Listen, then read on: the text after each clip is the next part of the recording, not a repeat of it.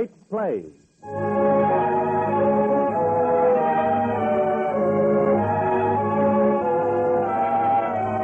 The National Broadcasting Company presents Great Plays, a series of famous plays selected from the exciting, immortal literature of the theater to show the development of drama from the sunrise performances in ancient Athens down to the contemporary theater. The theater has always been a vital and moving force in portraying the life of a people. Before the advent of radio, presentations of dramatic work were limited to the few who could gather to see them at the chautauqua, tent, or showboat. But today, through the magic of radio and its development under the American system, drama has come to be a vital force in almost 30 million homes throughout this land. Today's play is the great French classic, The Cid, by Pierre Corneille, especially translated for this performance by Albert N. Williams. And here is your regular commentator, Mr. Burns Mantle, who will tell us something of the play. Mr. Mantle. Today, my play-going friends, we leave Shakespeare's England, where we listen to Midsummer Night's Dream, Julius Caesar, and Othello, and proceed to France, where a few years later, the French drama was just beginning to flower. Our play today is The Cid by Pierre Corneille. Corneille was born in 1606. He was 10 years old when Shakespeare died. According to history, the Cid was a legendary Spanish hero living about the year 1000. He was a bandit not unlike Robin Hood, cruel, barbarous to the rich, but nonetheless a great favorite with the common people. Although he betrayed the Spaniards to the Moors in one battle, he later evened matters by betraying the Moors to the Spaniards. Thus he preserved Christianity in early Spain, and the legend of the Cid as a Christian hero was born. He finally became known as the savior of Spain, and in fact legend has it that if the Spanish people should ever become menaced by a foreign power, the Cid will be born again and come forth as a Spanish citizen to save his nation. Looking at Spain today, his rebirth seems to have been somewhat delayed. However, as far as the play, let us go back to the year 1637, which was 300 years ago. We are in the Court Theater in Paris. The house is filled with nobles and beautiful women of the court of Louis XIII. They are listening to a new play by a young man who before had written only small comedies. The popular French actor Mandore is on the stage. Elle voulait sa tête, et son cœur magnanime, s'il en eût refusé, pensait faire un crime. Pour venger son honneur, il perdit son amour. Pour venger sa maîtresse, il a quitté le jour. Préférant, quelque espoir si son âme a servi, son honneur à Chimène, et Chimène à sa vie.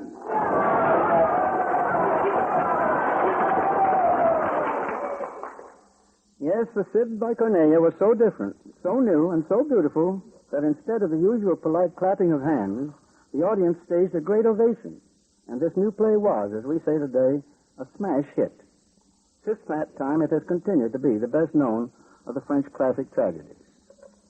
The play is the story of the romantic struggle between love, honor, and duty.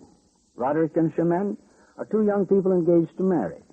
However, King Ferdinand has favored Rodrigue's father, Diego, by appointing him to a place of honor over Gomez, Chimène's father. Gomez insults Diego, and Rodrigue feels that duty demands that he avenge his father and kills Gomez. Whereupon Chimène, although she loves Rodrigue dearly, demands that he be brought to trial and executed. In a great battle, Rodrigue, outlawed by the court, defeats the Moors and saves Spain. Chimène still demands his death, but, well, you'll see what happens.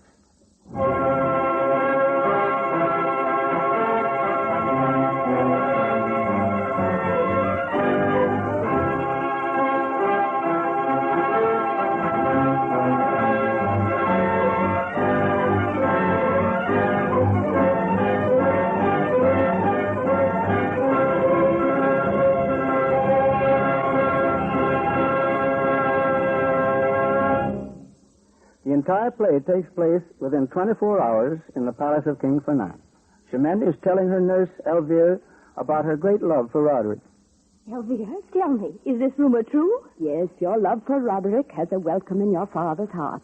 And unless I have misjudged his meaning, he will command a marriage. Oh, tell me then again, I pray, some phrase he used that made you think he does approve my love.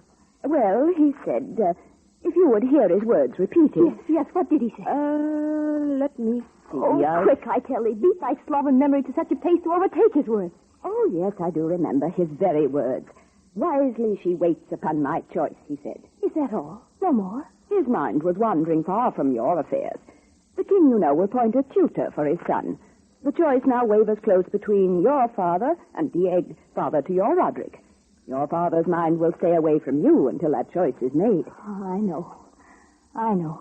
Such office is most on his mind, for he does covet it with all his heart. But gave he no small hint of how he looked upon this covetousness of mine for Rodrigue? Well, I think he muttered as he left for council, my girl would please me. I think 'twas Rodrigue he meant. My girl would please me should she win this fellow's love. Oh, dolt woman, he made no choice. You think he spoke of Rodrigue. How am I to know to whom he did refer? Oh, the choice is certain, and the news should rest upon your heart like spreading wings, and give your troubled soul content. Oh, dear nurse, blinded hope has little ease to spare. My troubled heart needs much more certainty than father's hurried, thoughtless words can give. Quiet, girl. Chimène, Oh, yes, Alonso. the Infanta awaits your pleasure. Tell Her Highness that Chimène attends Her Highness' wish and will present herself at once. I shall tell Her Highness. Come, girl. And smile, and make a face that will outface the scandal that a tear-stained eye will start. Come, the Infanta is waiting. Yes, Elvire, dear nurse.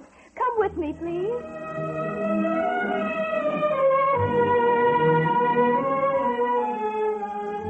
Now you will discover that the Infanta, the Princess Royal of Spain, also had loved Roderick.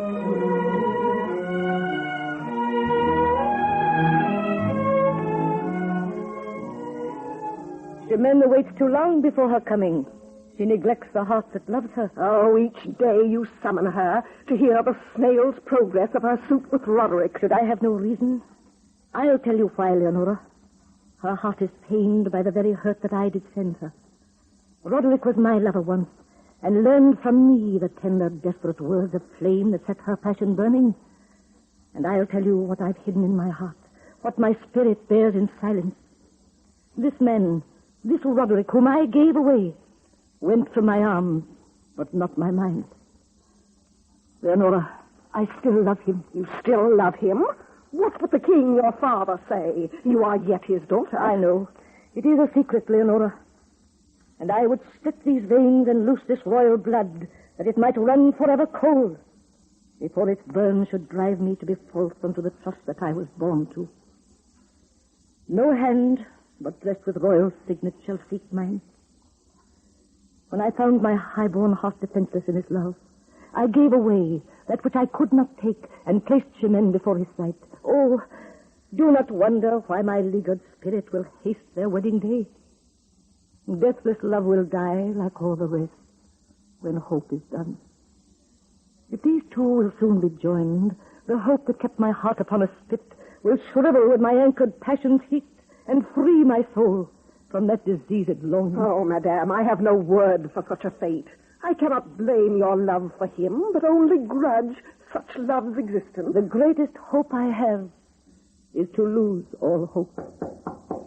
Excuse me, madame. Madam, Yes, Alonso? Chimène awaits your Highness' pleasure. Thank you. Leonora, go sit with her outside a while and wait my later bidding. Oh, do not stay too long alone with such a sorrow. No. I wish but a moment by myself in which I may compose a joy to wear, to hide my inner feelings from her gaze. And you shall wait with her. Yes, madame.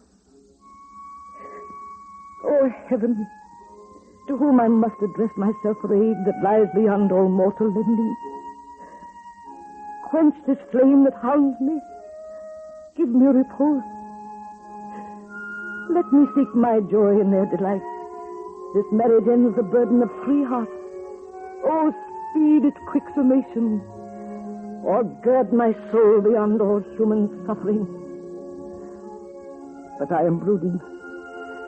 I will see Chimène, and let her joy cast shadows on my pain.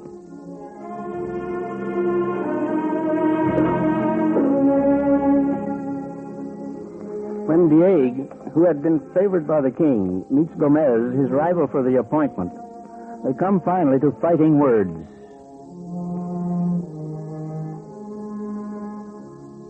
Diego, yours is the honor. You will be the tutor and companion to the heir of our Castille. The mark of merit which he gives my name shows that his kingly wisdom can nicely blend justice with gratitude for benefits received. Kings are merely men born doubly high, but mortal men the same and often err in passing judgment. Come, old friend. Let us no longer speak of that which irritates your soul. He is the king who made the office, and we must take what we are duly given, nor question nor decline the kingly gift. Which makes my malice toward thee none the less. Come, dear friend, for there is else that we should think on. A smaller thing to us, but dearer. Simply this. You have a lovely lass, Chimène, and I a son, Rodrigue. I think the joinder of our names would more befit us both than this single stand of mine could help us either one. I mean their marriage. No, old man. Diego, I need no soothing. Make me no advances. Let us spend your thought on priming for this vast new dignity of yours. Will come into your head, but slowly. The mind of envy can find a sneering word to rest itself. The pages of my life are scrawled with vast heroic deeds, too hot upon the minds of men to even make a song. The young learn crudely from a dusty book. Brave you were, you say. I am brave today. My honored name supports Castile against the rapes of Aragon, Granada, and the Moors. Each day exalts my growing fame, adds praise to praise, heaps honor onto legendary honor. Riding at my side, the prince would learn by seeing done. Should see in conquering how a conquest goes, he should... I know. You serve him well, the king, and what I once was, you only now begin to imitate. Thief for stealing what was mine by right. I won by proof of merit. By politic wiles that should be buried for their rottenness. It is a just reward for a man of age and parts who has served his king with glory. Glory? You thief and swindler of man's honor. The trick you played behind the throne will gain you all the honor you deserve. My hand upon your face. Oh. Hit me? Such ignobility would be no shame to a man without nobility in his birth. Here, another honorable scar from war to show your prince. And tell him how you earned it. Go to the prince and read for his instruction the dirty, shredded pages of your life, that he will know which trick his foulest courtiers may use at time to gain the honors that they need. Honor to keep their esteem of self alight. Oh, time, thou art my nimblest foe, and age, which locks my arms against such foul dishonor, thou twain shalt cloud my ending years with shame. Gomez is young, and youth shall always slander age, for youth is wise and filled with hope, while age is proud and quick to break beneath dishonor's weight. Time shades and darkens all things, paints even gold at last. Thy youth, Gomez, unbound of reverence for colleague, has changed the choice of kings. You are chosen by time, if not by King Fernand. Take the honor from me. And my sword, which many times I owed my living to, thou art only at the last a cold and useless shaft of metal. If the arm that holds thee is the same. Father? Yes, Rodrigue? Father, I came to ask thee... What? Come to me, son. Take this sword of mine and pledge it to revenge. Revenge? Revenge for what? For such deep insult that strikes clear through my blood and makes your heritage a shame. See this face? The hand that laid upon it would have fallen nerveless to the bearer's side had I the strength my years have wasted. This sword that gleamed in Castille's mighty fame is yours, and must not touch a halter till the hurt upon our name is palmed with death. Aye, Father. The man whom you must kill is swift and at the precipice of strength. I've seen him hold an army at his point of sword. Go to him cautiously, and with the strength of youth, but not the folly. I'll hold this sword at length until it rests on his. Who is it, Father? Count Gomez. Gomez? Why, he is the father of Chimène. That is no answer. I know you two are lovers, but who would live in stigma of disgrace must live in darkened conscience. You know the wrong, and where the payment must be made. Remember who I am.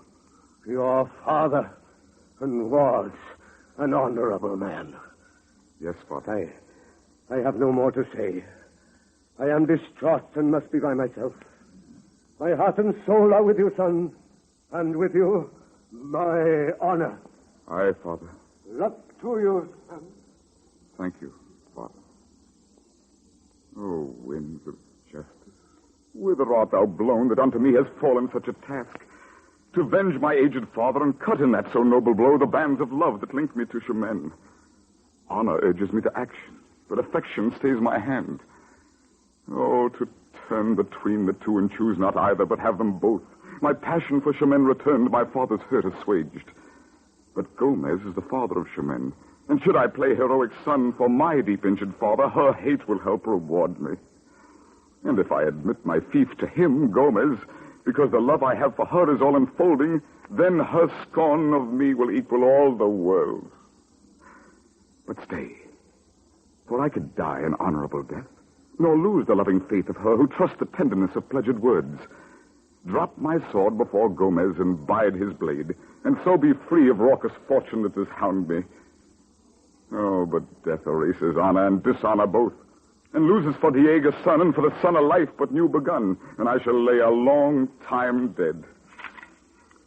Oh, strong mettled mishonored sword, may my blood become as sure, for I have dallied overlong with must and dare not on the wheel of moments here before my eyes. Gomez, thou couldst sire 1,000,000 beauties as Chimène, but not wipe out the shame you sired in old Diego, save with your own hot blood.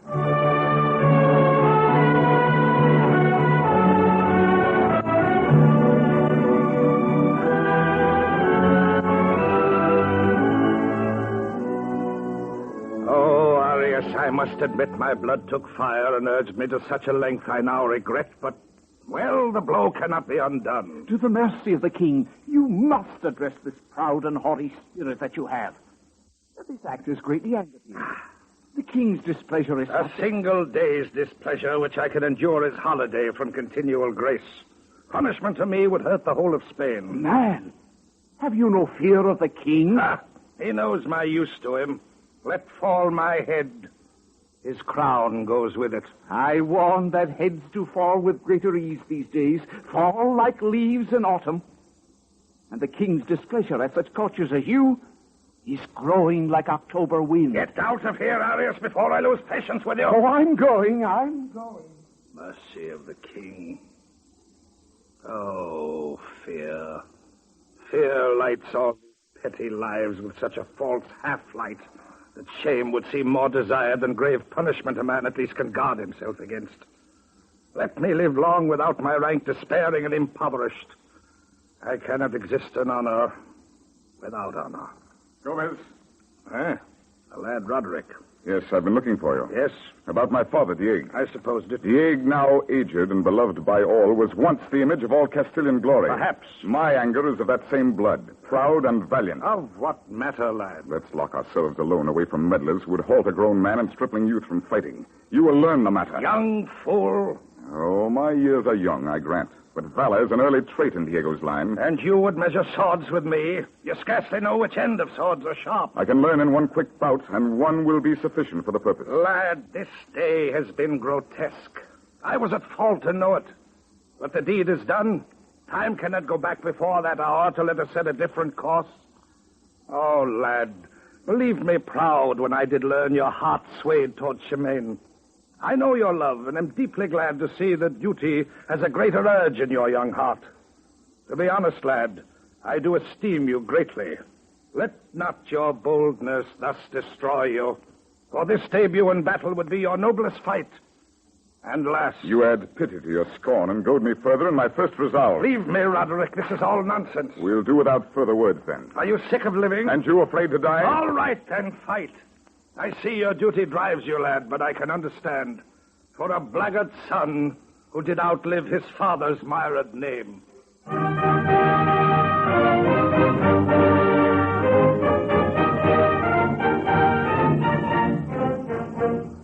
Back in the palace, the Infanta is doing what she can to soften the grief of the troubled Chimène. Oh, dear Infanta. Quiet, girl. Still your grief. I can't. This is a sudden storm, born of nerves drawn taut. It will pass. The rushing tides of trouble have washed away my sick heart's final hope. I loved him and was loved. Our fathers watched the growing of our love with happiness and commendation. But even as I told my endless tale again for joy of learning it, in that same moment as the story drew to happy mood, their proud hearts took fire against each other. A moment bore the crime, a moment will erase it. Why, the king already has commanded peace between the twain, his noblest courtiers, both of them. And I, to balm your fears, would mend and stitch a broken world, if such would set your heart at rest. No peace can ever be between those two. Gomez, my father, is too proud to lay his heart out in his hand. And old Diego would only take apology from bended knees and pay for such insult. But the old man is too wasted to attempt a duel. Fear not your father's safety. Rodrigue is not wasted, and has his father's courage. He'd not fight Gomez. He is too young. For that I fear the very worst. There is no hold upon the mad resolve of youth. Chimène, suppose I, through these days of anger, imprison this hot-headed youth, and thus outwit cruel chance which sired that so thoughtless blow. Oh, Madam Infanta, such a thing would truly set my fears at rest. Very well. Alonso. Yes, madame. Come here. Aye, madame. You see, girl, a woman's wit can sometimes heal a breach where all man's force would fail. Alonso. Aye? Send Don Rodrigue to me. I would see him. Well, madame, he and Count Gomez. Oh, merciful God. What? Well, Don Rodrigue and the Count in the armor room. Alone? Yes, they were shouting angrily, and Rodrigue held his sword out, ready. Oh, they're fighting now. Words mean nothing to them, but are fuel to the flame that burns inside them. Oh, forgive me, madam, but I can stop their duel. Come, Alonso, lead me to the room you saw them in. Leonora. Aye, Infanta. Sit here by me, Leonora. Madame, ease your fears. The love I locked deep in forgetfulness has broken loose. So frail a prison is a woman's heart. Certainly your high-born soul can lay aside the baser urgings of such love. Call it not ignoble, since it is the law that rules the very life I lead. Such great design upon a human heart must be divine, for it is nearly godlike. Name it tenderly, for it will feed my starving heart. The Infanta does forbid it, but the hungry woman that is Infanta would fly for the love Chimène is losing. You must not let the glorious courage fail that helped you along from that dishonor's brink. Courage in a woman is the rise of reason over wish, and the sweet poison that is desire has still its chilly fit. I am dying with that dear, sweet sickness women seek. Surrender.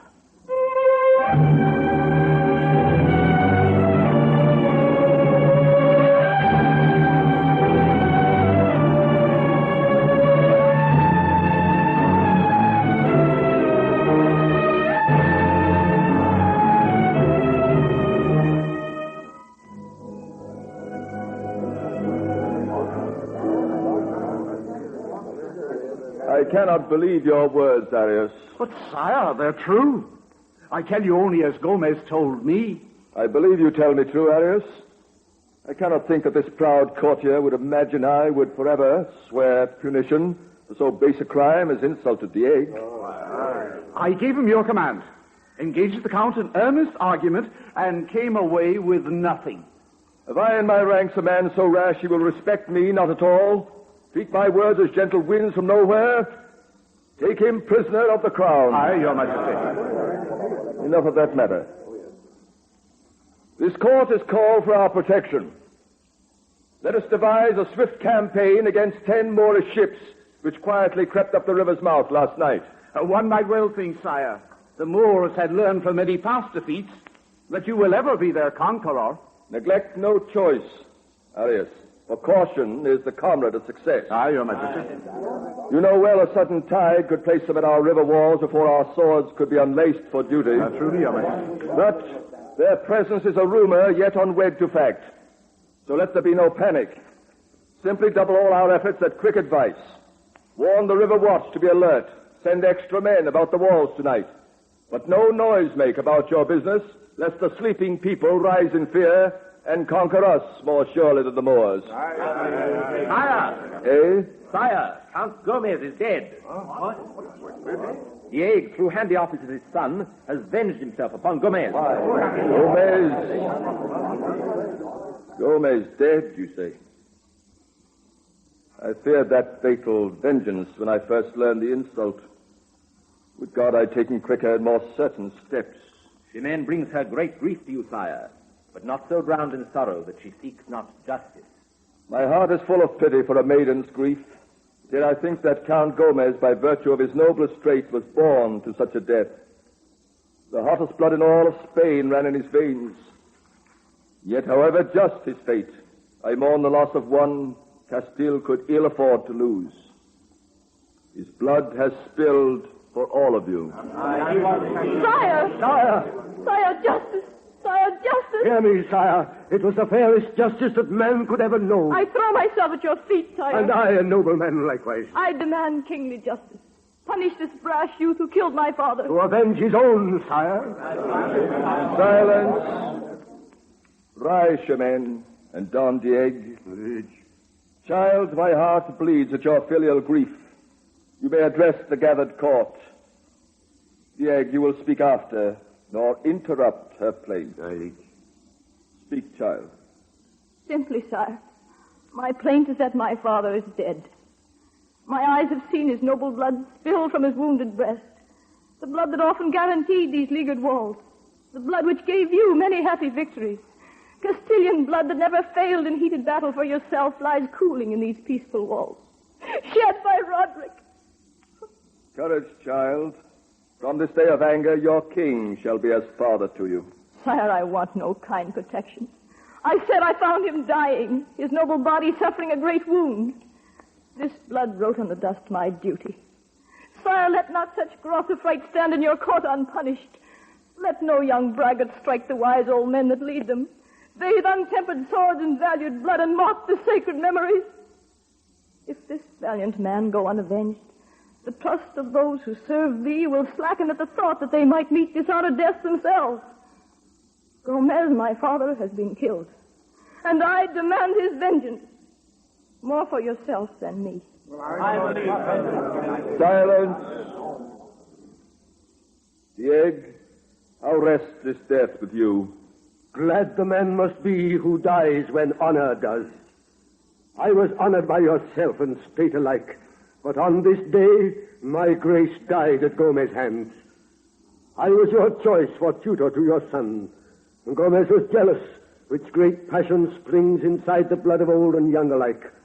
Jealousy did make this man, however great in battle, a cruel and base ignoble blackguard. So he struck me down, and I lay in disgrace. My body, long in proud attendance to your noble self, fit meet for unmarked grave. Had I not sired a worthy son, who took his father's sword and slew the foul man who took his father's honor, Count Gomez. If justice in this case is death for him who slew Gomez, then let my head, now washed of its black shame, fall honored to the ground that bore me, and to which I must return at last. When the hand of man makes fault, the head of man must pay. I was the head, Rodrigue the hand which did my bidding, blinded. This affair needs all the wisdom, kindness ever taught a man, and all the mercy, justice ever offered. And it wants the long deliberation of the court. Sancho. Here, my liege. Take Chimène away and to her house. Diego, from this day hence, until the court is met, you are a prisoner, by your word and honor, kept for justice. And let his son be found to stand before us.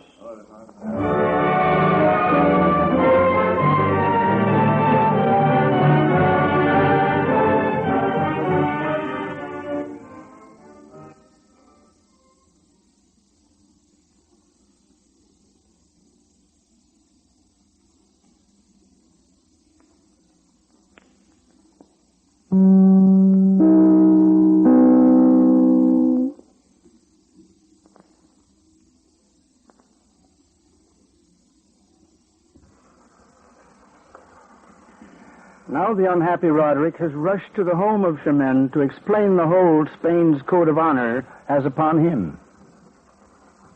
Chimène? Rodrigue, Roderick, what are you doing here, miserable boy? Where is Chimène? What crude boldness brings you to this place, where your presence does insult the shadow of the Count, not yet resting in his grave? You are his murderer. Speak not of such, Elvire. That is for men to think, for men know honor and disgrace, and how dishonor calls for death. Where is Chimène? She's coming from the palace, wreathed in grief, accompanied as the king's new ward. Elvire! She is outside. Oh, lad, hide, for on me she would fling her wrath as your defender if you stay near me. But I must see her, I must. Later, lad, later. But for now, hide and be quiet. Elvire! Yes, madam, I'm coming. Come in, child. Oh, Elvire, I'm miserable. Come in, Don Sancho. I'm so unhappy. Chimène, terrible and sad it is that you must be a victim of such angry blood. Your grief and wrath are righteous, and your tears are just. Use my sword in vengeance, for my heart is at your own command for love. Oh, I am wretched. My poor child. I begged you accept my services to avenge your father's death. But such action on your part would be offense to King Fernand, who promised justice. Justice walks with such a languid tread that crime outstrips it, and is lost most times in man's memory before the hasty deed is venged by man's deliberation. Let me be justice for you, which is swift and sure. Oh, dear Sancho, that will be my remedy if the slower justice fails, and my sorrow still touches on your pity. Good night, Sancho. Thank you, and good night. Yourself will always bring to memory your sorrow, dear Chimène, which will always move my pity for so gross a deed. Good night. Oh, Elvire, at last we are alone. We too have often wept at Sparrow's falls. Now let us find some tears for this most awful grief of all. My father's died, Elvire, and Roderick, whom we all loved, has won his earliest spurs for such a death. Chimène, lie down and rest. What farce! You speak of rest in this sad moment, when all my being is alive with grief. What respite can I ever hope to have when love and hate war in my angry heart? You still love him? Oh, that word is weak, Elvire. I do not love, but I adore. Yes, cherish him in spite of my great anger. My heart is torn for love and my soul for duty. I love, I hate, I love. There is no balance. There never can be when duty points the way and love resists. I love, and yet my father is dead. Think no further on this path of madness, girl. You've seen the king and done as much as you could do, as we have laws to guide us. Put aside both tonight, your love, your father's death, and follow this mad course no longer. I had a vow to vengeance, and it must arise.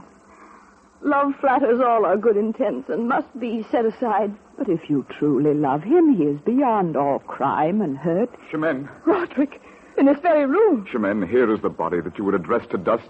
Taste the sweetness of my death and the fine spice of your vengeance wrecked. I lay it in a banquet for you. Roderick, what do you say? Listen to me. Go, Roderick, and give me rest that never will awake to let me see you stand before me, daring me to try some murder and laughing at love's delusion of my anger. Here is my sword, Chimène, and I shall be forever hidden from your injured Your sight. sword, take that cruel thing away.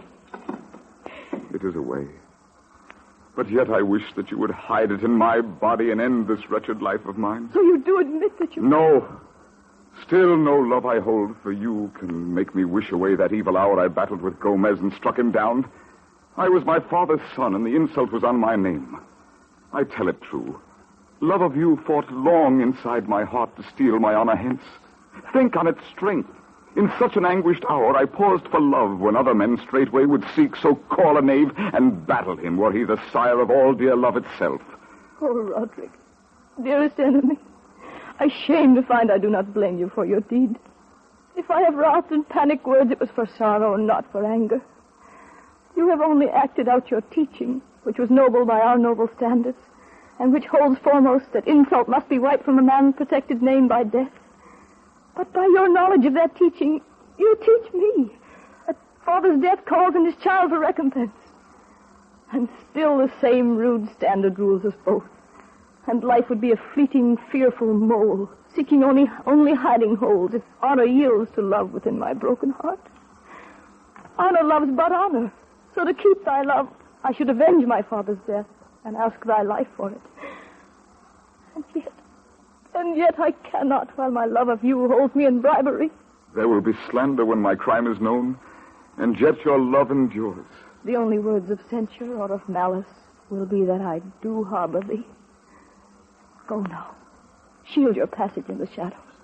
What do you plan to do? My heart demands I have you ever with me. For myself, I wish for nothing. Go, Rodrigue. Goodbye, Chimène. Goodbye, Rodrigue. Madam, no matter what great evils heaven sends you. Oh, leave me to my tears, Elvire.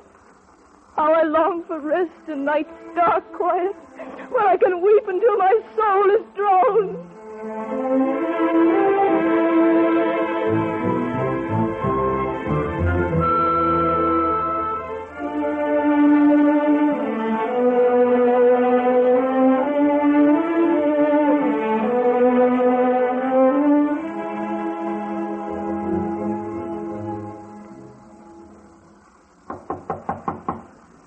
Father, it is I, Rodrigue.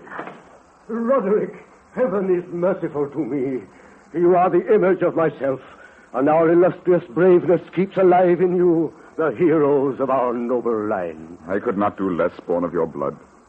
I am happy that my first attempted duel proves my heritage from you. Yes, I would serve you again, and always. But can you give back the deathly hurt I gave Chimène? I raised my arm for you against my love. Son, my son. Tell me nothing. I have lost it all for you. There was a debt. It is well paid. Son, enjoy the fruits of victory. And from your warrior's heart, erase this weak, ignoble strain. Honor is a mistress fair enough for men. Love is but a sometime dalliance and delightful hour. What are you saying? You dare advise me my treason to Chimène? Infamy is equal in the coward breast or faithless heart. This is no time for flowered words. Stand up. Your king and country need your strength. Lock love away, because a fleet of Moors plans to attack the city and surprise the state. What's this? Why, they are even in the river, and a sudden tide would set them at our walls. The court is wavering, and the people go about like fearful sheep before a slaughter. They must be baffled. Aye. And some good fortune to my house has placed a regiment beneath your father's flag. Let their nervous swords sink deep in Moorish blood, and you shall lead them. I command them? It is your rightful place, for you have proved the rightful heir to me. March at their head and give assault to Spain's old enemies. Win pardon from the king and grace from her. And if your passion still commands thee, then 'twill be a certain way of winning her. The conquering hero's way. I will do it. But I waste minutes with my words. Come, follow me, and show the king his loss in old Gomez is doubly paid by having thee.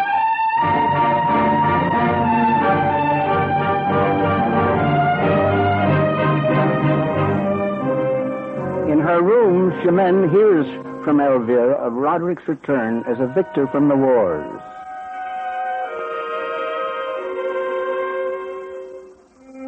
This tale you tell is true, Elvire, and not some rumor sprung of wild hope and wish. 'Tis true, Chimène. Before his swift attack, the Moors were driven down, and in a short campaign, 2 kings were taken prisoner, and the Moors outwitted once again. And Roderigue led this band? The town has turned the gates wide open to him, and shouts his name abroad. Liberating angel, protector of Castille, they call him. Oh, why do I still think of him? What matter if the kings are slain? My father, too, is conquered by this man I would shout noble hero after. Quiet. That would be the Infanta who did plan a visit to these rooms for consolation's sake. Enter and be welcome, madame, to these rooms darkened by our great grief. Child, this is no calm and studied visit for condolence, but to blend my grief with yours. Oh, madam, yours to taste the joy that heaven sent, and mingle with communal shouts for victory. The little grief at Gomez's death for me alone. Roderigue is Castille's hero. I know. The happy news has reached me. You still desire that justice reach its end in his imprisonment or death? Despite my love, I still demand his death. What you demanded yesterday was less than justice now. Roderigue is the chief warrior in his state, grown to your father's highest eminence, lost overnight. Aye, 'twere just, according to the word of law, to have his life pay for the life he wasted. But his death would be the death of public weal and safety. It were no vengeance for Gomez to leave Castile without protector. Dismiss him from your thoughts. and make no plan against his life. Madam, mercy is not mine to give. He is beloved by me more than all the state can love, for such deep passion is the measure of my heart. But yet for all that love, the cypress boughs of penalty must overgrow his laurels. Chimène, the king will listen to your charge with only half an ear. The other, hearing all the while Castille's clamor for this youth. He can refuse me if he wish. But still I'll plead. Think well upon your choice, Chimène. This cause has faces time alone will show. Think well upon them, girl. My father's dead. He had no choice, nor left no choice for me to make in his behalf.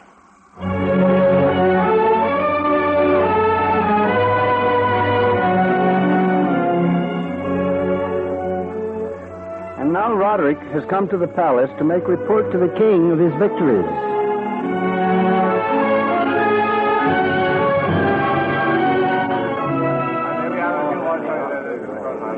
Rodrigue, son of Don Diego, seeks audience, Majesty. Rodrigue. Sire, I kneel in service to your crown. Bold youth.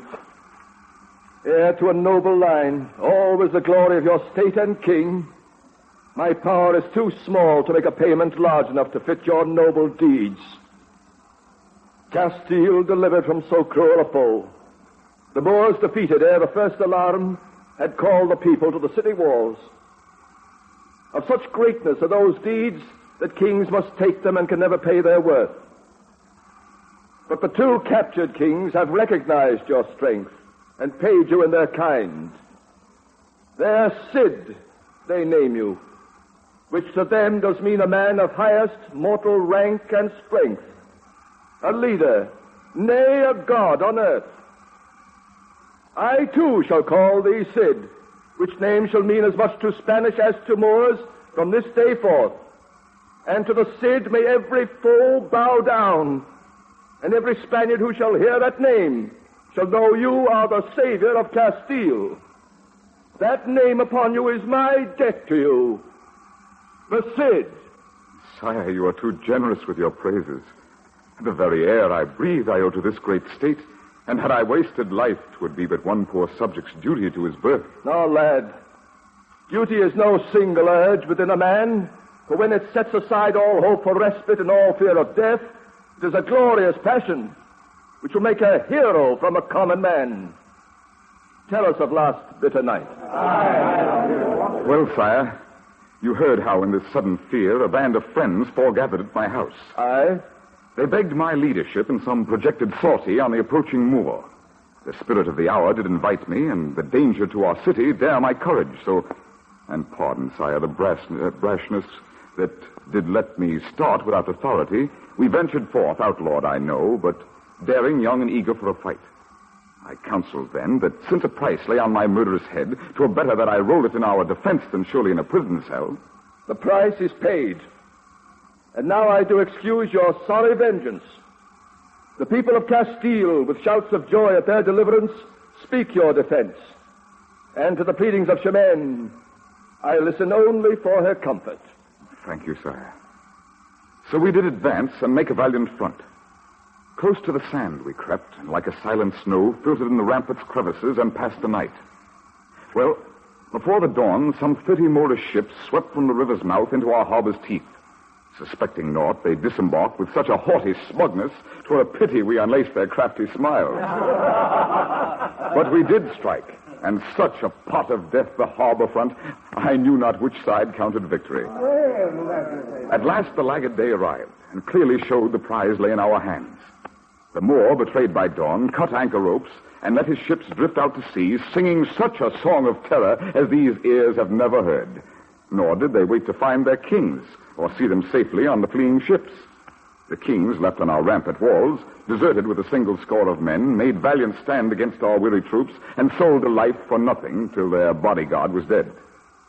And then there was no choice except for them to give their swords to me. And so the fight was ended for a lack of fighters. It was in that fashion, sire, that Sire, this Rodrigue is the savior of Castile. Chimène. I demand his life, and not his growing fame, no end of which could pay the infamy this youth achieved. Not in a sweep of glory should he die, but on a bitter tree with single arm outstretched, like honor's finger pointing in disgrace. The scaffold with a bier for him, not hero's crypt. I would his death. Mother of God, but we are weak, we women. Roderick has no fear of me who never held a sword. And tears are empty scabbards of despair. You will permit him all in this new breathing state of yours, tossing justice to the laughing winds. And I shall be just one of many vanquished, following him on foot at his command. Child, this violence goes beyond the height of human tongue. Justice will not falter in this court. He killed Gomez. Is that not true? Aye. But Gomez was the original assailant. Aye. So Roderick did defend his father's name, as you do now. If it were just that he pay up his life to that you... That is justice. Then it were likewise just that Gomez give his life to Roderick. No, a strategy of words. Words with traitorous meaning. Oh, sire, since these tears bring forth no verdict fair to me, then I now demand a trial of arms. By weapons my dear Joy was killed, and by the same my growing grief will find condolence. Sires of the court, I call for Roderick's life, and which of you shall give it me, here is my hand in wedlock, or your choice. King, I beg you now, proclaim my offering and make it a decree. The man who conquers Roderick conquers me. That ancient custom I do here outlaw. Roderick is too dear to our Castille to risk his life upon a whim of chance. Whatever crime his heart did urge, the flying Moors have taken from our sight. Sire, you do for him alone upset a law this court has often entertained. Let Roderick, like all full-blooded men, take his place upon the field of honor. He was brave before the boastful count, and will maintain his fearlessness. Aye, this is a game now that the girl has capped a prize upon our verdict. So let us play, since you demand it, Don Diego. I do admit this Roderick must fight to keep his merit high, but only one shall fight for this most tempting prize. Choose whom you will, Chimène, but choose with caution. And once the match is done, ask no further from this court.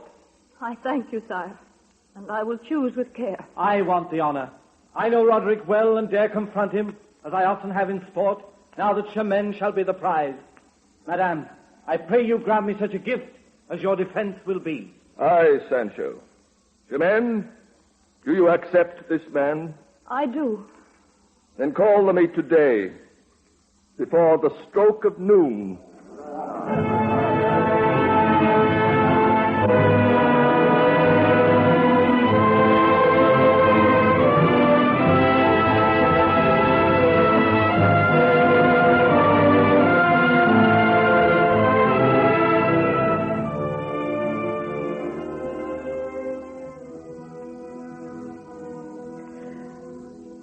Of birth that struck when stars decreed the next to live will be upon a throne.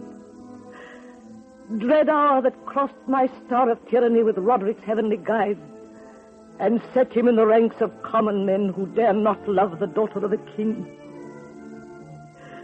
Be still, my heart.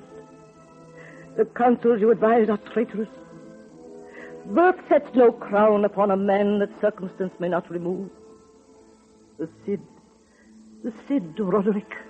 And that name might yet be noble, for the conqueror of two kings could win a throne himself. But were he king of all the earth, and I the only noble woman for his hand, his love lies in the keeping of Chimène. I am no more to him than leaves drifting o'er a flower patch whence all the blooms are picked. Oh, I could die 1,000 times each day if death lay such a gentle hand upon my breast and rise again refreshed unto all time, if birth could spring so fine a life inside me as the sound of his dear name. Madame. Leonora, why do you come here? This is a woman's time to be alone. Have you never grieved a lover? You are noble, madame. I see resigned contentment in your eyes. You read the signs that you would wish to read. But what can never be while there is hope. But, madame... I could not even pray to our forgotten gods for mystic powers, whereby I could influence the striking of a distant sword, and so ensure the death of one. I could not wish Don Sancho dead, for then the marriage will bury the name of Roderick in my heart, for I may never utter it, but feel it cancer all my dreams until I seek to take my life, so I could sleep forever dreamless. And I, for overburdening love, could never wish the insect's blow on Roderick. So I must give him up forever. Leonora, here is my heart. I'll tear it out and live a life from which all love is wasted. Madame! It was but a deed that's done in feeble words. My heart still beats, but only as a messenger that paces me from life to death. It shall be blind to love, for all the love that it could ever hold is of a different color. No, I am not mad, dear nurse, but only daughter of a king, and so shall remain until I die. Perhaps the heaven we all seek is mixing of our dust by summer winds when we are dead. And so until you can prepare this body for its dusty grave, you'll see no further grief for Roderick, for he is gone until that summer wind will find us. Long life to him who can be happy. I can wait.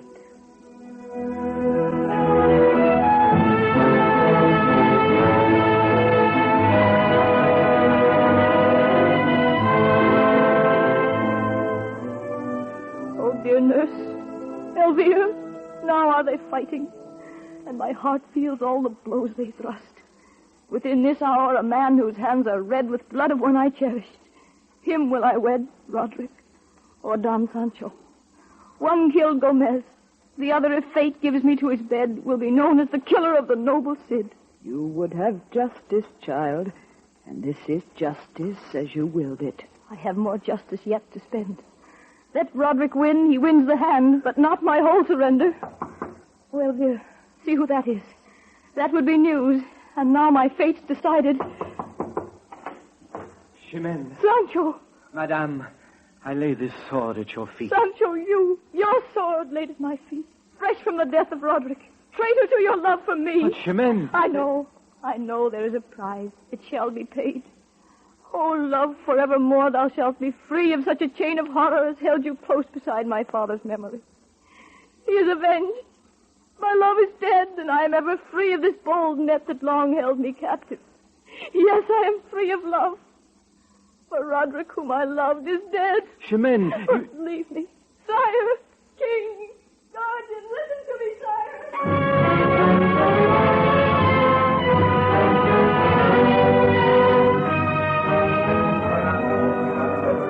King, guardian, hear me. I can no longer hide what all my tears will ever show. I loved him, and you knew it. Roderick is dead. Sure. But let me continue. I know there was a debt I have to pay. Don Sancho is the creditor. He took my place and avenged Gomez, and so won the prize to win. I loved Roderick, but now my love is dead. Oh, sire, if pity moves a king, I beg your lenience. Let my debt to Sancho be erased. To him I will leave all my worldly wealth, if he will leave me to my grieving self. I would become a nun, and seek a cloister, and shut out the world that so bears image of those two I loved, Gomez and Roderick. Chimène, Roderick is not dead. What?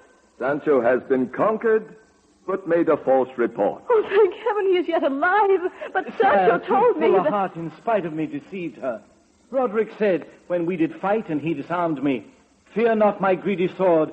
I would rather have no victory on the field than spill blood risked in dear Chimène's own name." I came to her to tell her of the way the battle ran. She saw the sword I held and let her vicious dreams betray the truth. In faith, her anger burst upon my words so eagerly, I had no chance to lay the matter fairly for her. Don't you? Child, no need to shame for such a love, and make no more denials of such joy. Your noble father venged is, for on the field his honor was at stake in Roderick's danger. Heaven willed his grace without a further drop of valued blood be spilled. Now for yourself. Be not rebellious to my last command. Here comes the happy youth. Show him thy love. Here is your final conqueror, Chimène. Allow me hand the bride upon the groom. Chimène, I'll fight 1,000 champions to prove I mean to wash away my deed at last. I'll die 1,000 deaths if such will satisfy. But this one gift I beg of you. Do not banish me from your remembrance, for I do love thee. I would love thee, Rodrigue, and obey my king. But if this Cid has come to be the firm support of all Castile, ought I to be the prize, when I am only half a woman, part of me yet mourning on my father's grave? Time will mend that sorry wound, my child. Roderick has proved his love, and should be yours. But I would be the enemy of your father if I gave to you the joys of marriage all so quick upon the heated hour we would all regret. Take a year upon yourself. Think not of death, but life unfolding. The tears you have will dry away as pass the seasons in review. Roderick, to you I do ordain the Spanish armies. Not in quiet time would you forget, but in the heat of battle, spread the noble name of Cid among our enemies. Keep thy army moving for a year, and then return. Be faithful to her love, and let thine own burn bright while you are gone. The year will let the anger drift away from your two names, and your return will be a joy to both. That will I do. And as Castilian Spain grows strong, so will my love for her. And mine for him, nurtured like roses growing, will blossom all the sweeter in that year. And grief will die. I vow it. Your courage and my vows will lend you hope. This day, a year from now, will always be remembered as the day the Cid found truest joy in marriage to Chimène.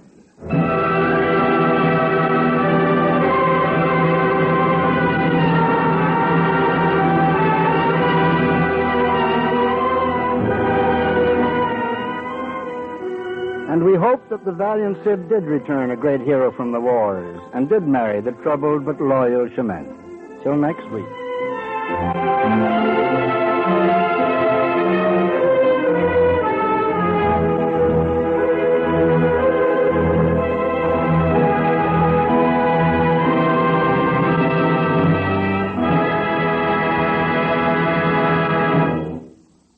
Your commentator was Burns Mantle, American dramatic critic. The Cid was translated from the French and produced by Albert N. Williams, and the music was especially arranged for the play by Joseph Honti. The Great Plays series is an educational feature of the National Broadcasting Company. The cast today was as follows. Mr. Richard Colmar played Roderick the Cid. Mr. Charles Webster Fernand. The Infanta, Florence Malone. Dieg, William Podmore. Gomez, Teddy Bergman. Sancho, Burford Hampton. Arias, William Shelley. Alonso, Anthony Kemble Cooper. Chimène, Joy Hathaway. Leonora, played by Jan Owen. Elvire, Selina Royal. And the actor, Marcel Journet. Next week at this same hour, Life is a Dream by Calderon will be presented. A study manual, Part 1, giving complete background material for the great plays, is available to our radio audience at the cost of 10 cents. It has been prepared by Blevins Davis, who arranged for the series. Send coin or money orders to the National Broadcasting Company in care of Great Plays, Radio City, New York. Consult your local library for reading material on the remaining great plays of the series. The Tragedy of the Cid was a presentation of the National Broadcasting Company, RCA Building, Radio City, New York.